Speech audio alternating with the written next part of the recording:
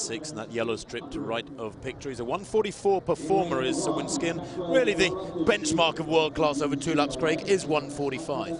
And he's admitted he's run a lot of races already this season, but he thinks it's made him sharp for this race. He's been in different race situations, been self-critical about how he's finished some of those races, but all of that has him ready to try to win his first outdoor title.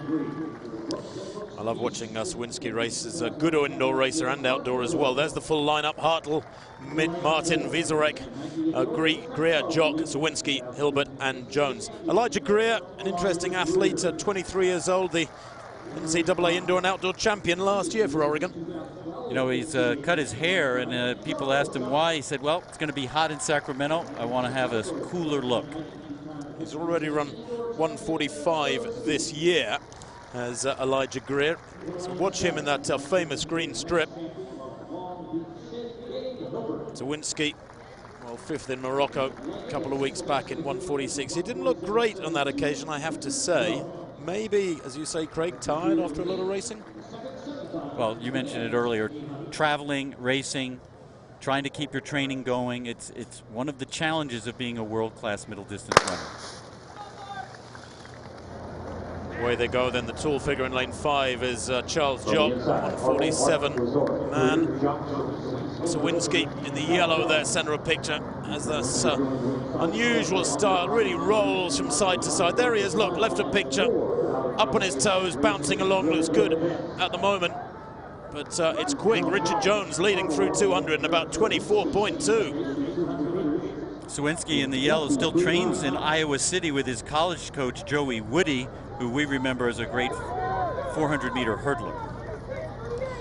Jones leading then from Nick Hartl in 2nd place. The pace has settled down certainly a little bit. Sawinski just glancing around. He's quite a busy racer. He's always looking around him, licking his lips, rolling from side to side there. Jones leads through 400 meters, 52.33. It's a lot slower than that first semi led by Solomon. He said he's confident he can close with anyone, and one of the reasons he ran all those races was to improve his world ranking. He said it's hard to get into some of the big races in Europe unless your ranking is high enough, and he said that little trip he took to Morocco and some of those other places helped him move from 23rd in the world to 13th, which will help him get in more good races this summer. 200 meters to run then. The race-long leader is still there, and it's Richard Jones now under threat from Sawinski, though, moving around the outside in the green. Elijah Greer also looking good, minus the locks, as you mentioned. In the yellow headband is Mark Vizorek, who is trying to hold on to a place in the first 4. Coming through strongly, though, it's Charles Jock down the outside. He's the threat for these 4. It's Greer leading, Sawinski in 2nd place. It's a real dust-up, this one, for the first 4 places. And coming through late there, Ryan Martin. I think he just missed out on that pink strip on the outside. He left it very, very late indeed. The winning time, 1:47.50. Greer looking very pleased indeed with that run. Maybe he should cut his hair more often. It's the opposite of the Hercules effect. Or who was it who cut his hair? No, really impressive move by him. And what I really liked about Greer in the home stretch, you take a look at his face. Look how composed and relaxed he is. Of course, sprinters talk about all the time, right? Relax and let the speed come out. You can see him just relaxing his cheeks, moving his arms a little more quickly. He was the one who looked best closing, except for the man Charles Jock, who you pointed out used those long strides to get up for the 4th qualifying position.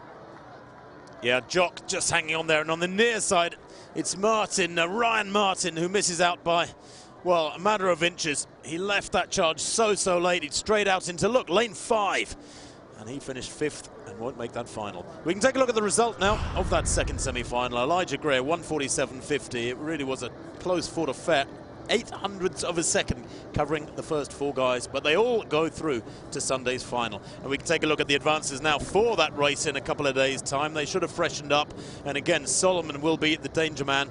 There they are: Greer, Solomon, Loxham, Sawinski, Robbie Andrews, Nick Hartl, Michael Rutt, and Charlie Jock. So no real